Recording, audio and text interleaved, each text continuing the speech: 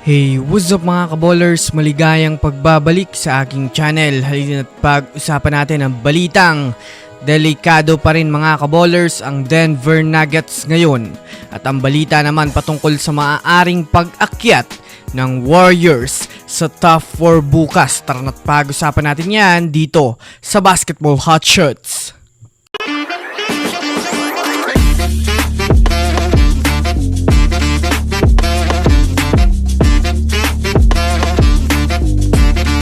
Una nga muna tayong dumako mga kaballers sa balitang delikado pa rin nga po ang Nuggets ngayon. Well, alam naman nga po natin sa ngayon mga kaballers, sa parte nga po ng Western Conference ay sobrang crucial ng kanilang mga standings. Bawat panalo nga po mga kaballers ay malaki ang magiging impact sa kanilang pwesto. Isa na nga din dito mga kaballers ang kupunan ngayon ng Denver Nuggets na kasalukuyang may kinakaharap na problema ngayon sa kanilang team dahil sa pagsesesante sa kanilang head coach na si Mike Malone. Na masasabi nga natin mga kaballers na sobrang magkakaroon ito ng malaking mantsa sa rotation at sa play ng Nuggets. Base nga mga kaballers sa kanilang standings na 48 wins na may kasamang 32 losses ay hindi pa rin nga sila mga kaballers kailangan makampante dahil na rin naman mga kaballers sa halos dikit-dikit ang kanilang mga kartada simula sa Clippers hanggang sa Golden State Warriors. Kung sakasakaling matalo sila mga kaballers ng Memphis Grizzlies bukas ay malaki nga po ang magiging impact nito sa kanilang pwesto dahil babagsak pa sila hanggang sa ika-8 pwesto.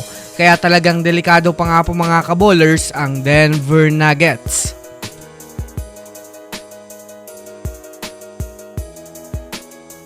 Samantala, dumako naman tayo mga kaballers sa balita patungkol sa maaaring pag-akyat ng Warriors sa top 4 bukas.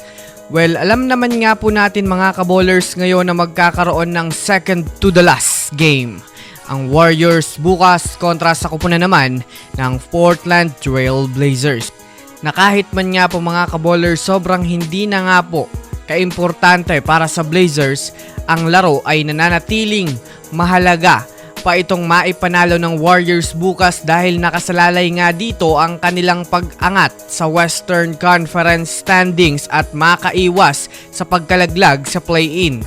Kung susumadahin nga natin mga kaballers, kapag nagawa ngang manalo ng Warriors sa Portland Trail Blazers bukas at matalo ang Nuggets ng Memphis Grizzlies, ay Warriors nga po mga kaballers ang posibleng aangat sa ikapang-4 dahil sa pagpapatumba nila sa Memphis ng nakaraan-raan nilang laro kahit magkaroon sila ng pare-parehong record.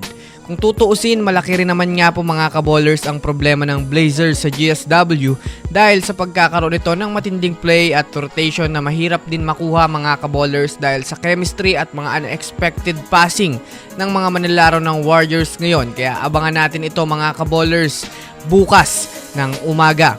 So yun lamang mga kaballers, yan lang naman ang pag-uusapan natin ngayon. Pindutin ang subscribe and hit nyo na rin ang notification bell para sa mga susunod na updates sa mundo ng basketball. Again, this is Basketball Hotshots. Thanks for watching.